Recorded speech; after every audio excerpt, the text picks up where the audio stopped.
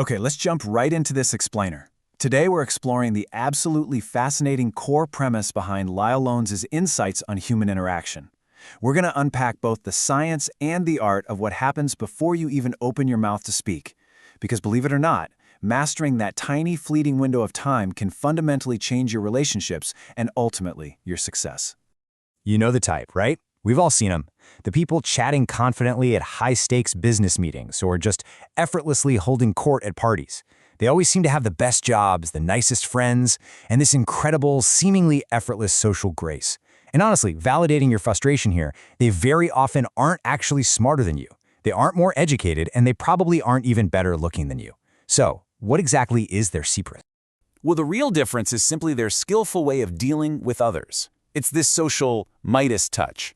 It's a specific set of subtle behaviors that totally prevents them from hitting that invisible social glass ceiling holding so many other people back.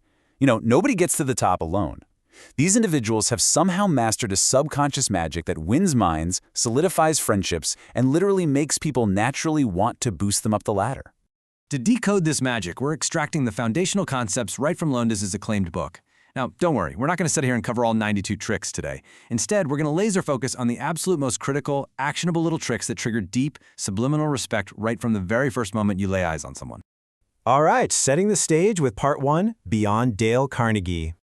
To really figure out how to win people over today, we kind of have to look back at what worked in the past and realize exactly why it just isn't enough anymore. For decades, the gold standard of social interaction was based on Dale Carnegie's 1936 classic advice.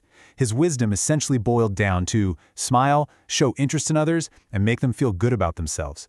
And hey, while that advice to simply smile and show interest was fantastic for the 20th century, today's cynical and sophisticated world requires much, much more subtlety. There's this old saying, when in China, speak Chinese. Telling someone today to just give a sincere compliment or smile is exactly like telling them to speak Chinese without actually giving them any language lessons. It just doesn't work. Today's business prospects, colleagues, and potential friends are highly, highly wary of smiling sycophants. They've been bombarded by salespeople feigning interest for years. They see right through the complexities behind a basic smile. So we need concrete techniques, the actual vocabulary, if you will, to navigate the sophisticated landscape. Which brings us to Part 2, the 10-second window. The real game of human interaction is literally won or lost in the split second before you even part your lips to speak. You have a 10-second window to show you're a somebody, to show you possess that Midas touch, long before you ever say the word hello. 10,000. Let that number sink in. A University of Pennsylvania communications study estimates that as many as 10,000 units of information flow per second between two humans interacting.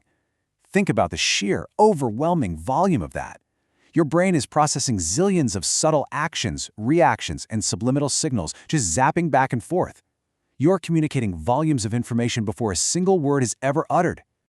It totally brings to mind a drama teacher's exasperated lesson to the author, your body is your autobiography in motion. Every tiny movement, every fleeting frown, every slight shift in your posture subliminally broadcasts your private thoughts to literally everyone in eyeshot.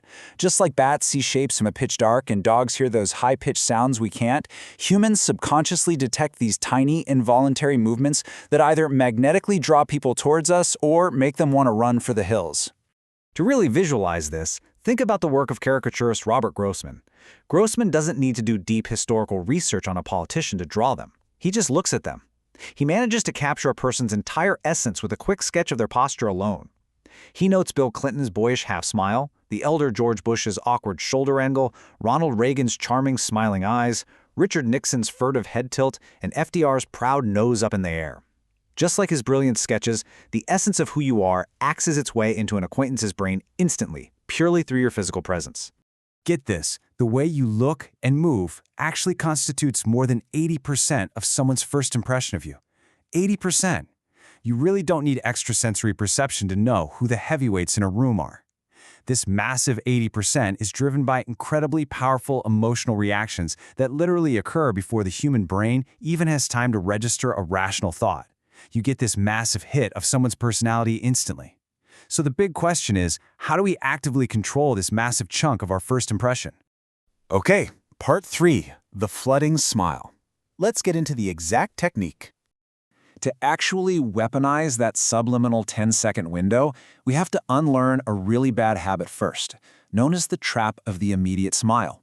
See, if you flash a standard, quick, immediate smile at someone the absolute second you make eye contact, you subconsciously signal that anyone, literally anyone who walked into your line of sight would be the beneficiary of that exact same smile. It totally lacks specialness. And worse, in today's cynical world we talked about, it can actually make you look like a fawning sycophant, just desperately trying to win favor. Instead, here's what you're going to do next time you meet someone. Execute the flooding smile. First, just look directly at their face for a second. Next, and this is key, take a physical, dramatic pause to soak in their persona. Truly look at them. Then, let a big, warm, responsive wave of a smile engulf your face and literally overflow right into your eyes. Just let it wash over you. Now, I want you to literally feel that dramatic pause when you try this in the real world, because that split-second delay, that is everything. It is the absolutely crucial psychological trigger. Delaying your smile for just a fraction of a second convinces people that your flooding smile is completely genuine, deeply responsive, and meant exclusively for them. It silently tells them, I saw you, I processed you, and I'm absolutely delighted by what I see. It is incredibly, incredibly magnetic.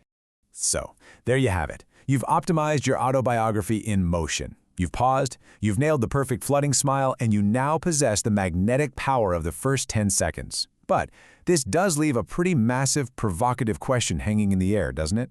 You've completely won the silent opening, but what exactly are you supposed to say after you say, hi? I highly recommend exploring the rest of Leil Lowndes' work to find out. Thanks for hanging out with me on this explainer, and remember, make those first 10 seconds